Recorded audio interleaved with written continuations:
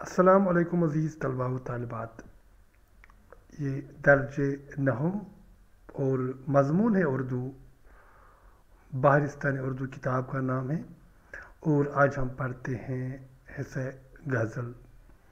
اس میں آج ہمارا موضوع ہے تنہا انصاری کی غزل۔ پیارے بچوں، تنہا انصاری وادی کشمیر کے شاعر رہ چکے ہیں۔ آپ 1914 عیسوی میں پیدا ہوئے تھے اور 1969 عیسوی میں اس دنیا سے چل بسے ہیں۔ ان کا اصل نام حسین علی انصاری ہے اور والد کا نام حسن علی انصاری۔ وہ ایک مشہور مدرس ہونے کے علاوہ عربی، فارسی اور اردو کے جید عالم تھے۔ تنہا انصاری کے دادا اودھ یعنی اتر پردیش بھارت سے ہجرت کر کے کشمیر میں سکونت پذیر ہو گئے تھے۔ تو یہ کچھ مختصر تعارف تھا شاعر کے بارے میں۔ تو آئیے اب سیدھے اس غزل کی طرف بڑھتے ہیں۔ تو مطلع پڑھتے ہیں اس کا۔ مطلع ہے: تیری فرقت میں مجھ پر ہر گھڑی جو کچھ گزرتی ہے، سمجھتا خود ہوں لیکن تم کو سمجھانا نہیں آتا۔ میں گل ہوں، مسکرا رہتا ہوں طوفانوں کے عالم میں، خزاں کے تند جھونکوں میں بھی مرجانا نہیں آتا۔ تو جہاں تک مطلع کا تعلق ہے، تیری فرقت میں مجھ پر ہر گھڑی جو کچھ گزرتی ہے، سمجھتا خود ہوں لیکن تجھ کو سمجھانا نہیں آتا۔ تو یہ ضرور اس غزل کا پہلا شعر ہے مگر مطلع نہیں۔ مطلع کے لیے ضروری ہے کہ ہمارے پاس دونوں مصرے پہلے اس شعر کے ہم قافیہ اور ہم ردیف ہونے چاہیے۔ تو یہ مطلع بالکل نہیں، کیونکہ اگر یہاں سمجھانا نہیں آتا تو اوپر بھی سمجھانا کا ہم وزن کوئی لفظ ہونا چاہیے، تو اس کے بعد نہیں آتا بطور ردیف ہونا چاہیے۔ تو جہاں تک اس غزل میں قافیے ہیں تو ہم قافیے یہاں دیکھ سکتے ہیں، تو بات زیادہ واضح ہو سکتی ہے کہ یہاں مطلع نہیں۔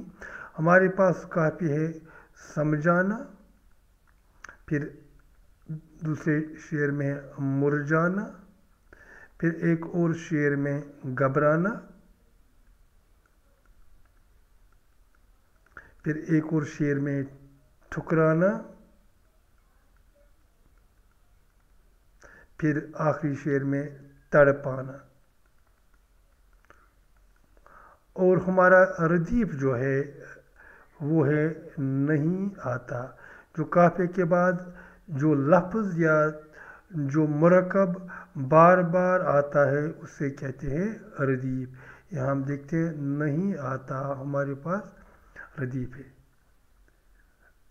اور اس غزل کی جو بحر ہے وہ بحر حجز ہے، یعنی مفاعیل 4 بار۔ جب ہم ایک بحر کا نام کسی غزل کے بارے میں یہ کہیں گے کہ کس بحر میں ہے، کس بحر میں، اور قافیہ اور ردیف کون کون سا ہے، قافیہ اور ردیف کیا ہے، تو ہم اسے کہیں گے یہ غزل کی زمین کہلاتی ہے۔ غزل کی زمین، یہ تو بحر حجز کے 8 ارکان پر مشتمل غزل ہے، اور اس کا ردیف ہے نہیں آتا، اور قافیے ہیں سمجھانا، مرجانا، گھبرانا، ٹھکرانا۔ تو یہ ہمارے لیے غزل کی زمین بنی۔ تو آئیے اب تشریح کرتے ہیں۔ تو پہلا شعر ہے: تیری فرقت میں مجھ پر ہر گھڑی جو کچھ گزرتی ہے۔ فرقت کہتے ہیں محبوب سے جدائی، یہ عام والی جدائی نہیں، وہ جدائی جو محبوب کے نہ آنے سے نصیب میں آ چکی ہو۔ یہ وصل جو ہوتا ہے، وصل ایک لفظ ہے، محبوب سے ملاقات، اس کی ضد ہے فرقت۔ ہر گھڑی کا معنی ہوا ہر پل، ہر لمحہ۔ تو باقی الفاظ تو آسان ہیں۔ تیری فرقت میں مجھ پر ہر گھڑی جو کچھ گزرتی ہے، سمجھتا خود ہوں لیکن تم کو سمجھانا نہیں آتا۔ تو جہاں تک اس کی تشریح کا تعلق ہے بہت آسان ہے۔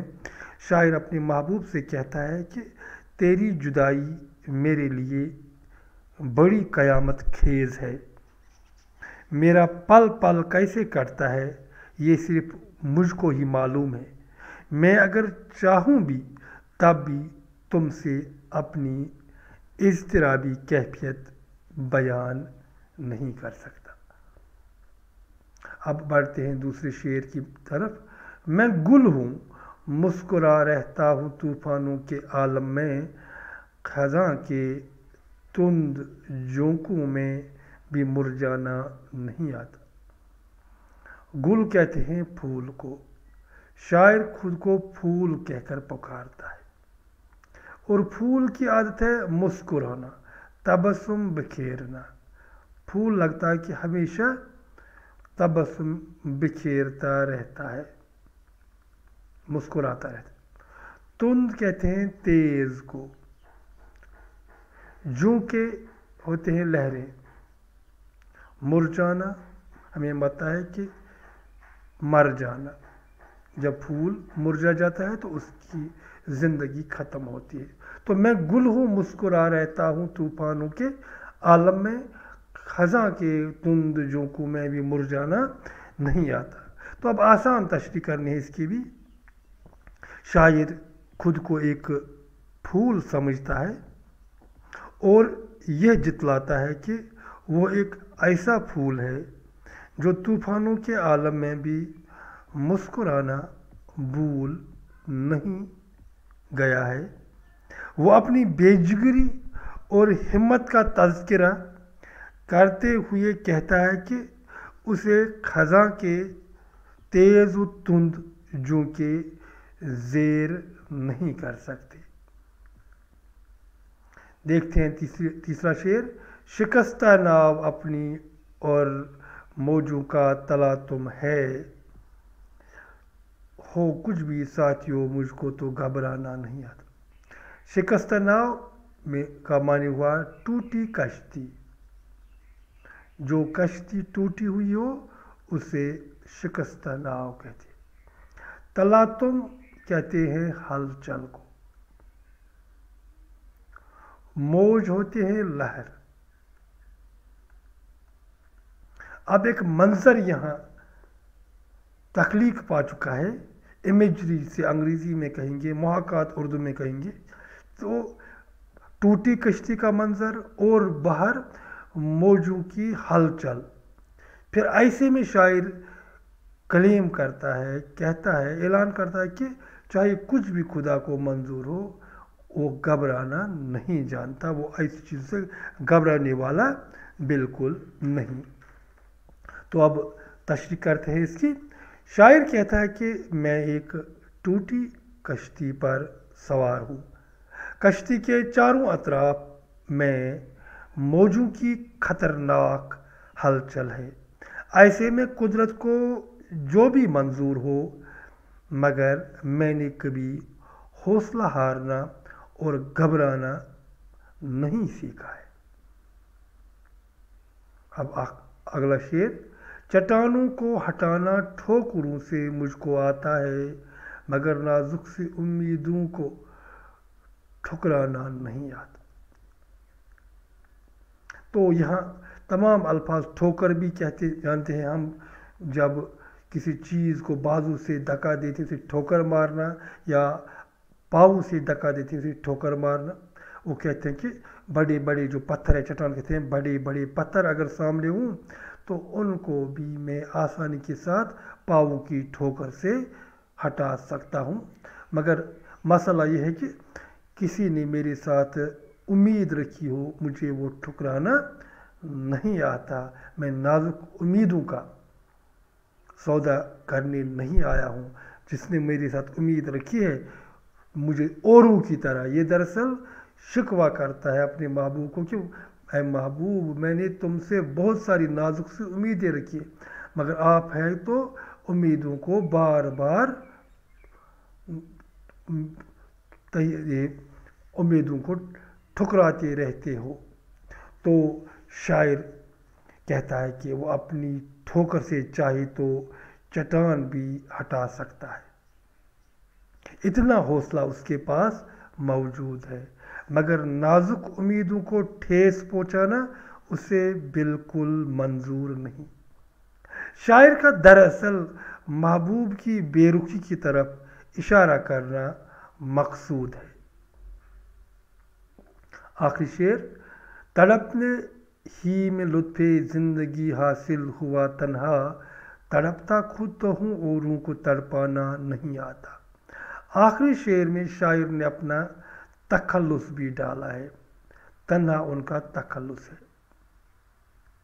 تو یہ آخری شعر، اس میں تخلص بھی ہو، اسے ہم مقطع کہتے ہیں۔ تو اس غزل میں تو مطلع نہیں تھا مگر مقطع ضرور ہے۔ تو اس مقطع کا ہم اب دیکھیں گے کہ اس کے بائن سطور کیا چھپا ہے۔ تڑپنے ہی میں لطف زندگی حاصل ہوا تنہا، تڑپتا خود تو ہوں اوروں کو تڑپانا نہیں آتا۔ اوروں کو یعنی دوسروں کو، لطف زندگی یعنی زندگی کے مزے، زندگی کے مزے۔ تو اب اس کا ترجمہ کیا بنتا ہے؟ شاعر خود سے مخاطب ہو کر کہتا ہے کہ زندگی کا اصل لطف اور مزہ تو تڑپنے میں ہی ہے، کیونکہ یہ تڑپ محبوب کی دی ہوئی انمول سوگات ہے۔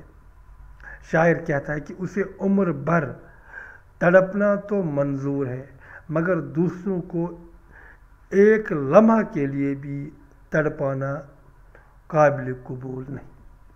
اس شعر میں بھی شاعر دراصل محبوب کی بے رخی کی طرف چوٹ کرتا ہے کہ محبوب کیسے اسے پل پل تڑپاتا رہتا ہے۔ تو اس طرح ہم نے اس غزل کی تشریح کی۔ مجھے امید ہے کہ آپ کو یہ تشریح راس آ چکی ہوگی، آپ کو مزہ آ چکا ہوگا، اور آپ پر یہ غزل ہے یہ بھی پوری طرح واشگاف ہو چکی ہوگی۔ تو ضرور میری اس ویڈیو کو دوسروں تک پہنچائیے گا، شیئر کرتے رہیے گا، اور زیادہ سے زیادہ سبسکرائب کیجیے گا۔ اگر ابھی تک آپ نے سبسکرائب نہیں کیا تو ضرور سبسکرائب کیجیے گا، تاکہ میرے آنے والے ویڈیوز کی نوٹیفیکیشن سب سے پہلے آپ تک پہنچے۔ تو دیجیے اجازت، خدا حافظ۔